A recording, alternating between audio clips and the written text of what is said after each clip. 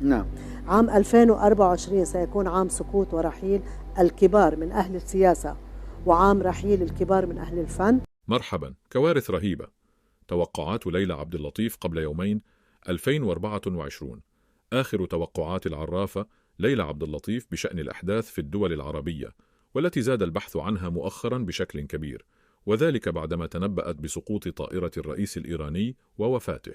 لذا خصص لكم موقع صفحات نجم الأخبار هذا المقال ليطلعكم على توقعات ليلى عبد اللطيف قبل يومين، وآخر توقعات العرافة ليلى عبد اللطيف بشأن الأحداث التي تجري في الدول العربية.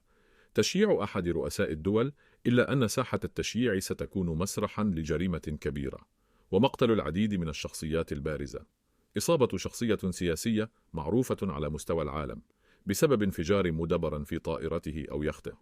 ستشهد دولة الكويت أزمة سياسية داخلية، وعلى أثرها سيتم اعتقال العديد من الشخصيات السياسية البارزة بسبب قضايا رشوة وفساد بحقهم. انسحاب البوارج والسفن الأمريكية من عرض البحر الأحمر. الحرب الأمريكية اليمنية تتصدر عناوين الأخبار. البحرين ستتعرض لتغيير جذري، وسيكون حاكم البحرين صاحب التغيير. اغتيال شخصيات عراقية بارزة. انقلاب دموي كبير في العراق، وولادة حكومة جديدة ورئيس جديد. الأنظار والإعلام تتجه إلى يحيى السنوار في حدث مهم. نجل الرئيس الراحل حسني مبارك سيستلم منصبا كبير في الحكومة المصرية، وبمباركة من الرئيس عبد الفتاح السيسي.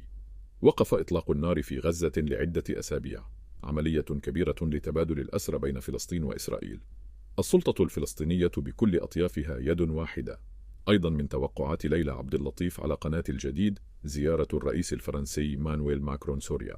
سماحة السيد مقتدى الصدر في دائرة الخطر. حملة كويتية كبيرة للقضاء على الفساد والرشوة. كارثة عالمية تشعل الإعلام. اجتماع عربي طارئ على أراضي سوريا سيفتح باب السلام من أرض سوريا إلى فلسطين واليمن. وفود أوروبية وأمريكية في سوريا. الحرب التي تحصل في سوريا وليبيا اليمن والعراق ستنتهي قريبا. انتعاش الاقتصاد السوري بشكل كبير. تدهور العلاقات الدولية في سوريا خاصة مع إيران. نهاية حكم الرئيس بشار الأسد، وتولي شخص آخر مقاليد الحكم. بورصة العملات العالمية تدخل مرحلة الخطر. أحداث مؤسفة بين النيجر والجزائر. وفاة صاحب محطة إعلامية كبيرة. ظهور جيل جديد من وسائل التواصل الاجتماعي. هزيمة النادي الأهلي المصري في نهائي كأس إفريقيا. ظهور جيل جديد من وسائل التواصل الاجتماعي. وفي النهاية شاركونا رأيكم حول هذا الموضوع، ولا تنسوا الاشتراك في قناتنا ليصلكم جديدنا. شكرا لكم.